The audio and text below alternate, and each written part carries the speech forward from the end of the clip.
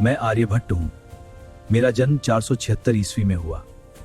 मैंने अपनी शिक्षा कुसुमपुर में प्राप्त की।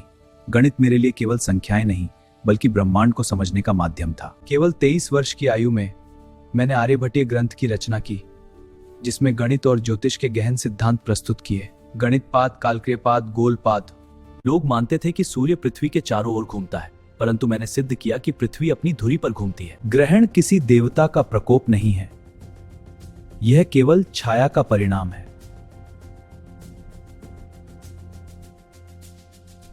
विज्ञान और तर्क ही मानवता की सबसे बड़ी शक्ति है। भारत का ज्ञान विश्व को दिशा देता रहा है।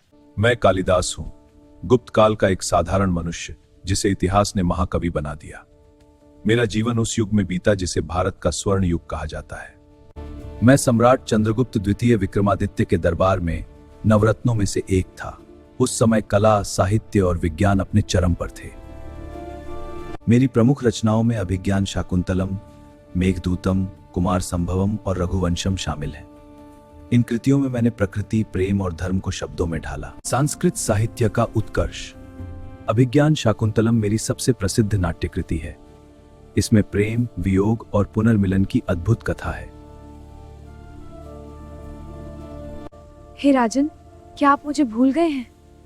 प्रिय शकुंतला, मेरी आत्मा तुम्हें हमेशा याद रखती है। इस कृति ने भारतीय साहित्य को विश्व में प्रतिष्ठा दिलाई। मेघदूत में मैंने एक यक्ष के विरह को बादल के माध्यम से व्यक्त किया।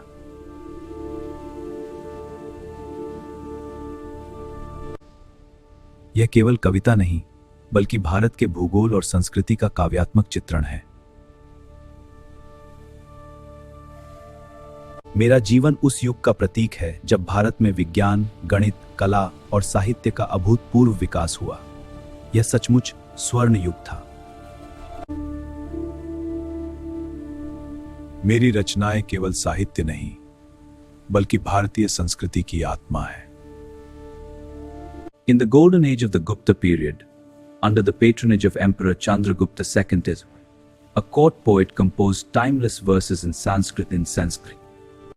Famous works: Meghadutam, Kumara Sambhavam, Raghuvansham। प्रकृति की गोद में प्रेम की मधुर भावनाएं, धर्म का पथ जो सत्य और न्याय की ओर ले जाए, संस्कृत साहित्य का शिखर है, जीवन का सार। मैं वराहमिहिर हूँ। 6वीं शताब्दी ईस्वी में उज्जैनी की पवित्र भूमि पर मेरा जन्म हुआ। बचपन से जानना चाहता था कि यह ब्रह्मांड किन नियमों से संचालित होता है। मैंने गणित, ज्योतिष और खगोल विज्ञान का गहन अध्ययन किया। मैंने केवल भारतीय सिद्धांतों को ही नहीं बल्कि यवन विद्वानों के ज्ञान को भी समझा। मेरे लिए ज्ञान की कोई सीमा नहीं थी। मुझे सम्राट विक्रमादित्य के दरबार में नवरत्नों में स्थान मिला। यह केवल सम्मान नहीं बल्कि राष्ट्र के ज्ञान विकास की जिम्मेदारी थी। गुप्त काल को स्वर्ण युग इसलिए कहा जाता है क्योंकि यह विज्ञान और संस्कृति का उत्कर्ष काल था। मेरी रचना बृहत संहिता केवल ज्योतिष ग्रंथ नहीं बल्कि एक विश्वकोश है। इसमें खगोल विज्ञान, वास्तुशास्त्र, मौसम विज्ञान, रत्न विज्ञान और कृषि का विस्तृत वर्णन है। पंच सिद्धांतिका में मैंने 5 प्रमुख खगोलीय सिद्धांतों का विश्लेषण किया। मैंने पृथ्वी को गोल बताया और ग्रहों की गति को गणितीय आधार पर समझाया। यह भारतीय और यवन ज्ञान का संगम था। ज्ञान का आधार तर्क और अवलोकन है। यदि तुम सिविल सेवा की तैयारी कर रहे हो तो प्राचीन भारत के वैज्ञानिक दृष्टिकोण को समझो।